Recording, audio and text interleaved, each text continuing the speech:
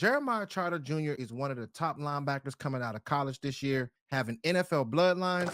He's one of the guys that teams are going to have to really do their homework on. A player that is versatile, who is also a leader on his team, coming out of Clemson. And this is exactly the type of player that NFL teams want. So when you're taking a look at a guy like Jeremiah Trotter Jr., we know that this guy is one of the better linebackers coming out of this draft class. He has the ability to roam sideline to sideline, and he has pass rushing ability. He had 88 tackles last year, and he had 5.5 sacks. And it's hard to be able to find linebackers like this having the ability to close and get after the quarterback. So on this play, the left end is going to be rushing to the outside, and the defensive tackle, he's going to be stunting inside. But just seeing how Jeremiah Trotter closed on this play and got after the quarterback quickly, this is the kind of stuff that NFL teams like to see, and this is how you can make impact plays. So we'll go ahead and run it. The defensive tackle, he's shooting inside.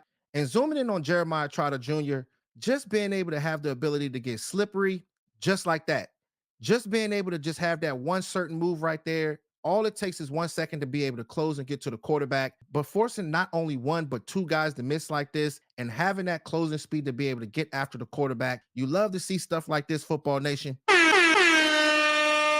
Whenever you can be able to have this kind of stuff to get these guys hyped, you see my guy, he's over there celebrating, doing his dance. This is the type of plays right here that can be able to get everybody going on a defense. We're running in real time so you guys can be able to see it. It's tough to be able to find linebackers to be able to get after the quarterback like this. So having 5.5 sacks this past season, that's always a good look. Being a player that can be able to read and diagnose at the linebacker position is always good. If you can line this guy up at the will linebacker position, if he can be over the center, just running stunts and trying to confuse the offense, it's always great to see it. So number 9 is going to be blitzing inside, and they're going to be running the ball to the left side. But seeing this player having the ability to make people miss and close and be physical, it's good to be able to see that inside the trenches, because this is how you can be able to make impact plays. And guys being able to have a nose for the football, this is how you can make a difference on Sundays. So we'll go ahead and spin it.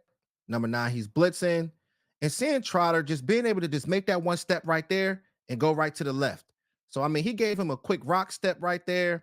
And sometimes when you can be able to do things like that, that can be the biggest difference. Being able to just close on this guy and just stick your right hand right in there and just strip the ball. The ball is out. Next thing you know, Clemson recovers the ball.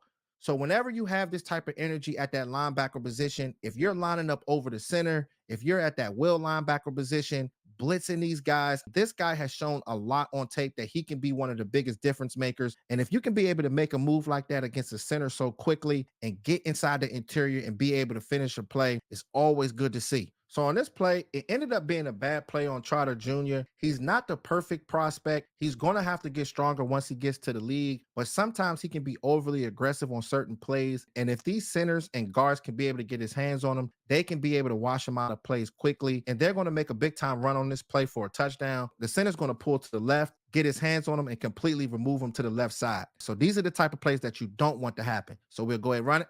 So the running back gets the ball to the left. And you see the pulling guard, he's going to the left as well, coming to attack Trotter.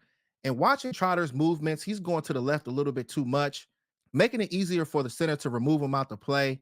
And just watching this running back being able to hit the hole, you do not want things like this to happen. So there's things that he needs to work on as far as over pursuing. You don't want things like that to happen on these type of plays, because the NFL, if you're doing things like this is how you get in trouble. But he doesn't do this a lot. But at the same time, I definitely wanted to show you guys this play because it's not always perfect with this player. Some things do happen when it comes down to this guy. Just making sure that you can be able to bring him in with the proper coaches, just so this guy won't be over pursuing and groom this guy, because a lot of these offensive linemen, they're very, very athletic. And some of these linebackers, they have problems with athletic linemen to be able to get to that second level, because you don't want to get washed out of these type of plays, because this is how defenses get gashed. Being able to cover and flip your hips is very important when it comes down to the linebacker position now. A lot of these NFL teams, you know that this is a passing league now. So you're going to be going up against these wide receivers, these tight ends, and these running backs. So on this play, they're going to be sending all 4 down linemen. This interior defensive tackle, he's going to be stunting to the left side. But just seeing how this guy was able to lock on to the quarterback and flip his hips and go out there and make an open field tackle, these are the type of plays that you like to see on tape. So let's run it.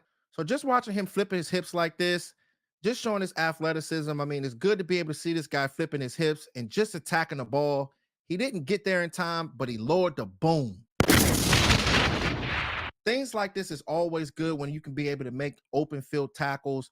just being able to just wrap your guy up. A lot of these college teams, they pass the ball so quickly, but just being able to read and diagnose, turn your hips and go out there and attack the ball. It's always good to see that athleticism and aggression. And this is one of the prospects that has a ton of ability, Football Nation. But bringing him in with the right coaching staff will be huge for this guy, especially if this guy's going to showcase his talent.